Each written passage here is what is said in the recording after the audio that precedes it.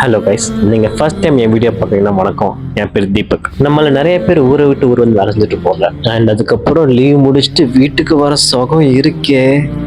ராஜ மரியாதை தான், ராஜ விருந்து. நான் ஒரு கவனிப்பு. ஆனா என்னதான் இருந்தாலும் நம்ம வீட்டுல இருக்க சுகம் தாங்க. அப்படியே பொறுமையா எழுந்திரிச்சு பெட்டுக்கே காஃபி வரும், இதோ பெட்டுக்கே சாப்பாடு வரும், முக்கியமா சூடா, அதுவும் சாஃப்டா. இதே பேச்சுலர் வீடா இருந்தா தெரியும், இப்ப பார்த்தாலும் தயிர் சாப்பாடு வாழ்க்கை ஓடுது. ஆனா நீ எப்படி நிம்மதியா இருக்கலாம்? இந்த வேலை செய்ய வேலையவே கொடுத்துட்டானுங்க. Work from home. வீட்டுல இருக்கிறதே ஒரு நாள், அதுல அரை நாள் இப்படியே போயிட்டு எப்படி என்னடா அது ஆக்டோபஸ் மார்க்கெட் பார்க்காதீங்க, அது காலிஃபிளவர். வேலையை பண்ணி முடிக்கிறதுக்குள்ள பூவை பிடிக்கிட்டாங்க, சில்லியும் போட்டாங்க.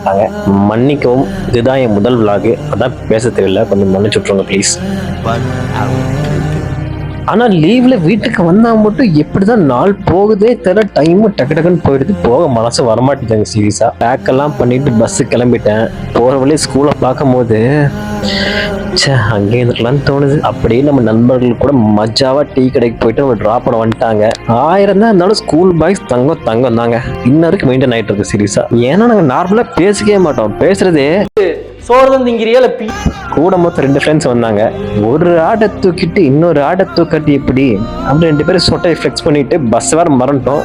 அப்படியே போறவரை எல்லாத்தையும் கலாய்ச்சிட்டு பழைய மெமரிஸ்லாம் பேசிட்டு, ஆல்ரெடி எனக்கு ஊரை விட்டு போகவே மனசு இல்லை, இதுல வேற இவனுக்கு புண்படுத்திட்டே இருக்கானுங்க. 10-15 பஸ்ஸுக்கு 10:30 வந்துட்டோம். இதெல்லாம் பஸ் என்னென்ன காணும், அங்கேயே பழைய கதை பேசிட்டு கலாய்க்க ஆரம்பிச்சிட்டானுங்க. சரி பஸ் வந்துருச்சு, ஒரு எமோஷனலா திரும்பி அவனுங்க பாய்டா மச்சான்னு சொல்லான்னு பாக்குறதுக்குள்ள இன்னும் வேற திட்டுறானுங்க. இதோ நான் சுப்பிரமணியபுரத்துல புள்ளியை தூக்கிட்டு ஓடுற மாதிரி இந்த கத்துறானுங்க இவனுங்க வேற.